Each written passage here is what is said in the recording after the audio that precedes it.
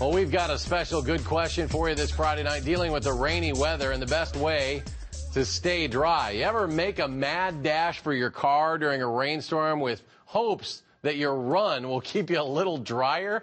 Does it even make a difference? Well, one person emailed us, wanted to know, and News 3's Marc Lovicott joins us live from a wet Wanakee tonight with an answer to this question for us. Marc? Yeah, kind of an interesting question, Eric. It's actually starting to dry up here right now, which is a good thing. It's going to be a great football game here tonight. But we thought we'd come here to see if fans were running rather than walking from their car or to a shelter, if it would really make a difference in, terms of staying a little bit dry.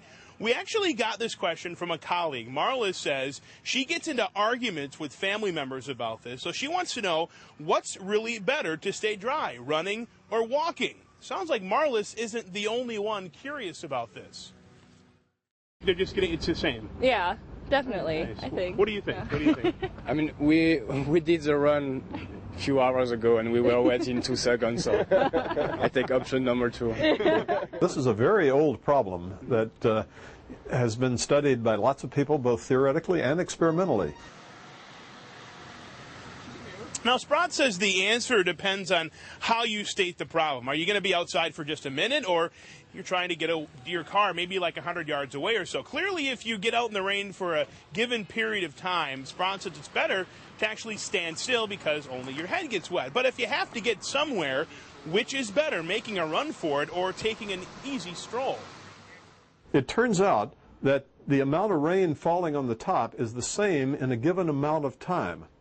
Therefore, if you go faster, you get less water on your head when you run. Now, the question is, what about the front? You'd think when you run faster, you get wetter on the front. It's not so.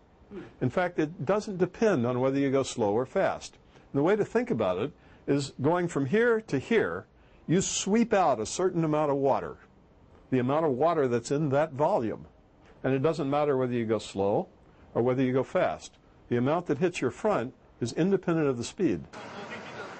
So, technically speaking, you'll stay more dry if you run, but we're only looking at about a 10% difference. Now, this is all assuming that the rain is coming straight down. If it's falling at an angle, Eric, here's what you need to do. Professor Sprott says you need to figure out exactly how fast the rain is falling, and you need to run in the same direction, and you'll only get your head wet. Your front and your back will stay dry. So, Frankie, just do those simple things, and you'll stay as dry as possible during a downpour. I can't even keep up with all those instructions, Marc. I'll tell you this, though. What if you're really fast? Like you and I are? We're so fast? We're speedy, yeah. I don't know if that's going to make a huge difference or not. We're still covering the same amount of space, but yeah, we're pretty fast. I think we could get from here to the car without a drop even hitting us. So, indeed. All right, good question. Live from Wanakee, our Marc Lovicott, DeForest grad, by the way, reporting live from Wanakee. We know who he's rooting for tonight.